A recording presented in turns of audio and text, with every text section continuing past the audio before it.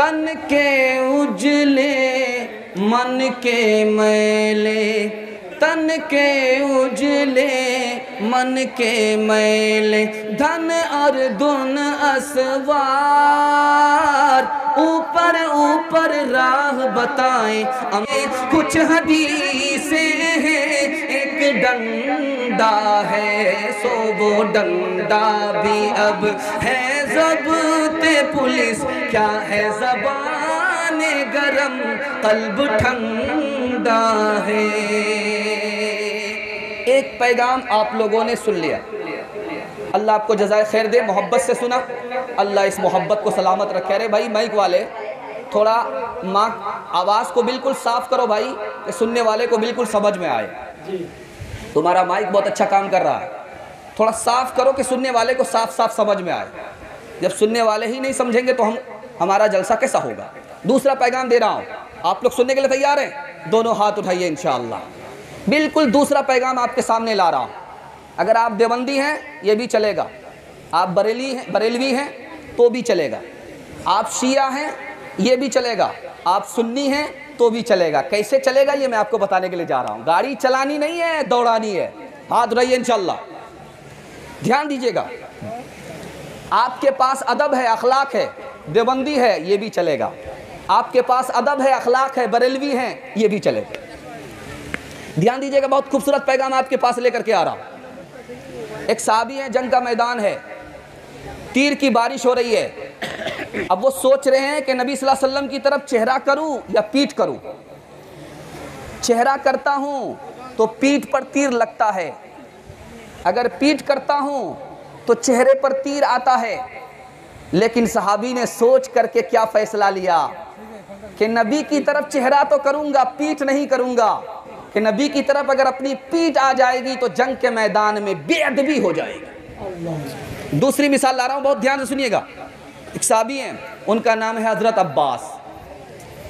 उनसे किसी ने पूछा कि आप बड़े हैं उम्र में या आपके जो भतीजा हैं नबी सल्लल्लाहु अलैहि वसल्लम ये उम्र में बड़े। अदब देखिए कितना प्यारा अदब है। क्या कहते हैं, ये जो मेरे भतीजा हैं मोहम्मद सल्लल्लाहु अलैहि वसल्लम ये बड़े हैं लेकिन उम्र मेरी ज़्यादा है। बड़े ये हैं, उम्र मेरी ज़्यादा है। अदब देखिए, भतीजा को इज्जत भी दे दिया, हकीकत बता भी दिया। तीसरा नमूना आ रहा है, बहुत ध्यान से सुनिएगा। एक बादशाह ने ख्वाब देखा कि मेरे मुंह के दांत गिर गए, मुंह के दांत गिर गए। एक आदमी को बुलाया, क्या मतलब हुआ? कहा मतलब क्या हुआ, आपका सारा ख़ानदान आपके सामने बर्बाद हो जाएगा, तबाह हो जाएगा, हलाक हो जाएगा। कहा कि इस नालायक को जेल में डालो। कितनी बुरी खबर इसने सुनाई। दूसरे को बुलाया कि मैंने ख्वाब देखा। अरे भाई उठते बैठते क्यों है, उठते बैठते इत्मीनान से रहिए। ख्वाब देखा है कि मेरे मुंह का दांत गिर रहा है, मेरे मुंह का दांत गिर रहा है। तो बताया कि इसमें परेशान होने की कोई बात नहीं है, पूरे ख़ानदान में सबसे बड़ी उम्र आपकी होगी, सब इंतकाल कर जाएगा, आप ज़िंदा बचेंगे, सबसे बड़ी उम्र आपकी होगी। कहा कि इसका मुंह मीठा करो, इसको माला माल कर दो। बात गर्चे बेसलीका हो कलीम, बात करने का सलीका चाहिए।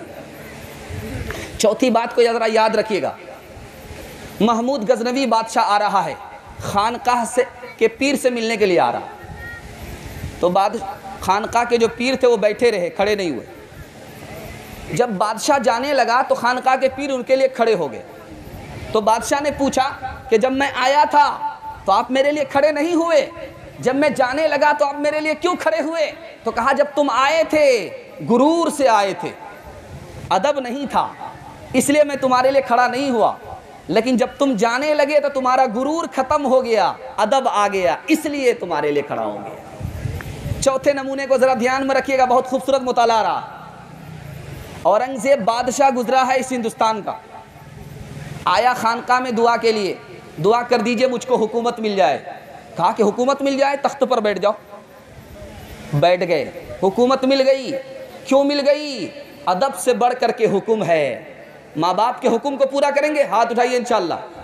सास ससुर को खुश रखेंगे, माँ बाप को रुलाएंगे, हाथ उठाइए इंशाल्लाह।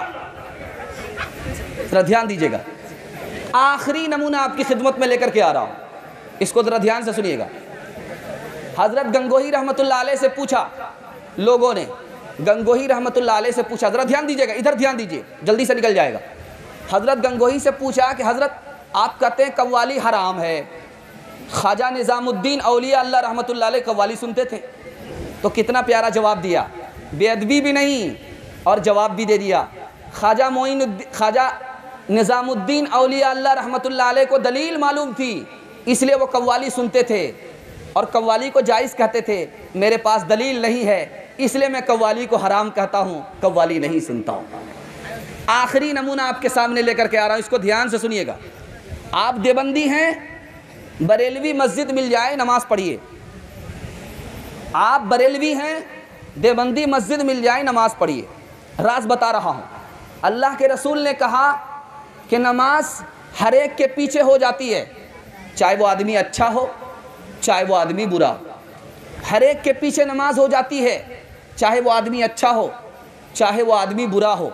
उसका अमल उसके साथ, हमारा अमल हमारे साथ। बहुत सारे लोग रमज़ान में जब किसी मस्जिद में पहुंचते हैं तो पूछा जाता तुम देवबंदी हो या बरेलवी हो, वो क्या कहते मैं 50-50 हूँ। वो इसलिए बोलता है कि अगर बोल देगा कि देवबंदी हूँ, पता चला कि पूछने वाला बरेलवी है तो चंदा नहीं देगा। मिर्ज़ा गालिब फसाद के ज़माने में दिल्ली में घूम रहे थे, तो तलवार लेकर के किसी ने रोक करके पूछा कि तुम कौन हो, हिंदू हो या मुसलमान हो? तो कहा मैं 50-50 हूँ, आधा हिंदू हूँ आधा मुसलमान। कहा कि वो कैसे, या तो पूरा हिंदू होता है आदमी या तो पूरा मुसलमान होता है, ये तुम क्या कह रहे हो?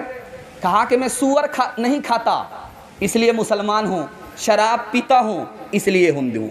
इंशाल्लाह शराब पियेंगे, जम करके हाथ उठा दीजिए इंशाल्लाह। ये देखिए, इसको 2-4 लाठी लगाइए।